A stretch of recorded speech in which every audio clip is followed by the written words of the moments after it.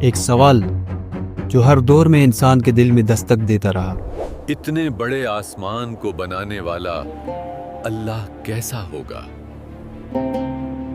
کوئی تو ہے ان بادلوں سے بارش برسانے والا۔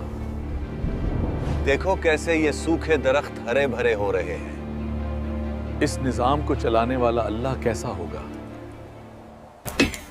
مکہ ایک ایسا شہر جہاں ہر گھر میں ایک نیا خدا تھا، ہر قبیلے کا الگ خدا، ہر ضرورت کا الگ خدا، حتیٰ کہ اللہ کا گھر کعبہ بھی حبل، لات، منات اور عزا جیسے ان نام نہاد خداؤں سے بھرا ہوا تھا۔ مختلف چیزوں سے بنے ان بتوں کو مکہ کے ہر گھر میں سجا کے رکھا جاتا تھا۔ بت پرستی اس قدر تھی کہ بت مکہ والوں کی تجارت کا سب سے اہم حصہ بن چکے تھے، جنہیں بیچا اور خریدا جاتا تھا۔ اپنے ہاتھوں سے بنائے گئے ان خداؤں کو خوش کرنے کے لیے لوگ طرح طرح کے میوے، کھانے پینے کا سامان اور قیمتی تحفے ان کے سامنے رکھتے تھے۔ ان کا عقیدہ تھا کہ ایسا کرنے سے ان کے یہ نام نہاد خدا خوش ہوتے ہیں۔ ارکم بھائی، کہاں سے آ رہے ہو؟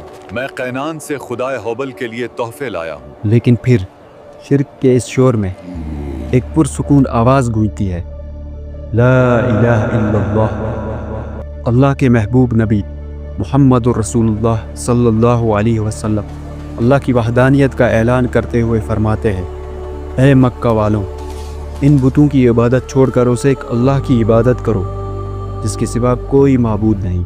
اللہ کے نبی صلی اللہ علیہ وسلم کے اس پیغام نے مشرکین مکہ کو بے چین کر دیا۔ یہ کیسی گستاخی ہے؟ یہ ہمارے خداؤں کی توہین ہے۔ کیا ہم اپنے خداؤں کی عبادت چھوڑ دیں؟ ہرگز نہیں۔ انہوں نے رسول اللہ صلی اللہ علیہ وسلم سے ایسا سوال پوچھا جس سوال نے آسمان کا سینہ چیر کر رکھ دیا۔ اپنے خدا کا تعارف تو کراؤ، وہ کس چیز سے بنا ہے؟ وہ کیسا ہے؟ اس کا خاندان کیا ہے؟ وہ سونے کا ہے یا چاندی کا؟ اللہ کے نبی صلی اللہ علیہ وسلم تو اس وقت خاموش ہو گئے۔ ایسا لگ رہا تھا کہ کائنات نے ایک پل کے لیے اپنی سانسیں روک لی۔ لیکن پھر آسمانوں کا سینہ چیرتے ہوئے اس گستاخی کا جواب آیا، ایسا جواب جس کا ہر لفظ شرک اور کفر کو کاٹنے والی تلوار کی طرح تھا۔ اللہ کا وہ تعارف جس کے بعد کسی تعارف کی گنجائش نہ رہی۔ یہ نچوڑ ہے قرآن کی چھوٹی سی اس سورہ کا جو 1/3 قرآن کے برابر ہے۔ یہ اثر انداز واقعہ ہے سورہ الاخلاص کا۔ بسم اللہ الرحمن الرحیم قل هو اللہ احد اللہ الصمد لم یلد ولم یولد ولم یکن له کفوا احد۔ انسان کی زندگی کا سب سے ضروری حصہ ہے رشتے، چاہے وہ رشتے خون کے ہوں، محبت کے یا دوستی کے۔ ہر رشتے کی بنیاد ہے پہچان۔ ہم جسے جتنا پہچانیں گے اتنا ہی ہمارا رشتہ اس کے ساتھ مضبوط ہوگا۔ آج کے اس نورانی سفر میں ہم اللہ کو پہچاننے نکلے ہیں۔ ہم جانیں گے کہ سورہ الاخلاص کے پیچھے کی کہانی کیا ہے الاخلاص کا مطلب، یہ سورہ کب اور کیوں نازل ہوئی۔ آسان لفظوں میں سمجھیں گے اس کے ترجمہ اور تفسیر کو، اور سب سے ضروری چیز، ہمیں اس سورہ سے کیا سبق حاصل ہوتا ہے۔ تو آ رہے ہیں نا آپ اس سفر میں میرے ساتھ؟ چھوٹے بچوں سے لے کر گھر کے بڑے بزرگوں تک یہ چھوٹی سی سورہ سب کو یاد تو ہوتی ہے اور اکثر نماز میں پڑھتے بھی ہیں، لیکن ہم میں سے بہت سے لوگ اس کو معنی کے ساتھ سمجھ کر پڑھنے سے قاصر ہیں۔ اس سورہ کا نام ہی اپنے آپ میں ایک پہچان ہے، اخلاص۔ یہ عربی لفظ خالص سے نکلا ہے جس کے معنی ہے پاکیزگی یا خلوص۔ لیکن دلچسپ بات یہ ہے کہ لفظ اخلاص اس سورہ میں کہیں بھی استعمال نہیں ہوا، تو پھر اس کا نام سورہ الاخلاص کیوں ہے؟ یہ نام اسے اس کی تھیم، اس کے موضوع کی وجہ سے دیا گیا ہے۔ یہ سورہ خالص توحید یعنی اللہ کے خالص اور غیر ملاوٹی وحدانیت کا نچوڑ ہے۔ یہ ایمان کا وہ اعلان ہے جو مومن کو پاک کرتا ہے۔ اب بڑھتے ہیں اس سورہ کے نازل ہونے کی کہانی کی طرف، جو بہت ہی دلچسپ ہے۔ بہت سے علماء کا کہنا ہے کہ یہ سورہ مکی ہے، یعنی یہ سورہ مکہ میں نازل ہوئی۔ اور مکہ میں اسلام کے ابتدائی دور میں ہی نازل ہوئی۔ اس کے مکی ہونے کی ایک مضبوط دلیل ہے حضرت بلال رضی اللہ تعالیٰ عنہ کا وہ مشہور واقعہ کہ جب بلال رضی اللہ تعالیٰ عنہ کو مکہ کی تپتی ریت پر لیٹا کر سینے پہ ایک بھاری پتھر رکھ دیا جاتا تھا اور ان سے کہا جاتا تھا کہ اپنا دین چھوڑ دو، لیکن اس تکلیف میں بھی ان کا ایک ہی جواب تھا، احد احد، وہ ایک ہے، وہ ایک ہے۔ احد لفظ براہ راست سورہ الاخلاص سے لیا گیا ہے۔ اس سے ثابت ہوتا ہے کہ سورہ الاخلاص مکی دور میں ہی نازل ہوئی، لیکن پھر بھی علماء کی اپنی اپنی تحقیق ہیں۔ کچھ علماء کے مطابق سورہ الاخلاص مشرکین مکہ کے ان سوالوں کے جواب میں نازل ہوئی جو سوال انہوں نے اللہ کے بارے میں نبی صلی اللہ علیہ وسلم سے پوچھے، جیسے کہ مکہ کے ایک شخص عامر بن طفیل نے مذاق اڑاتے ہوئے آپ صلی اللہ علیہ وسلم سے پوچھا کہ اے محمد صلی اللہ علیہ وسلم، آپ ہمیں کس چیز کی طرف بلاتے ہیں؟ کیا وہ سونے سے بنا ہے یا چاندی سے یا لوہے سے؟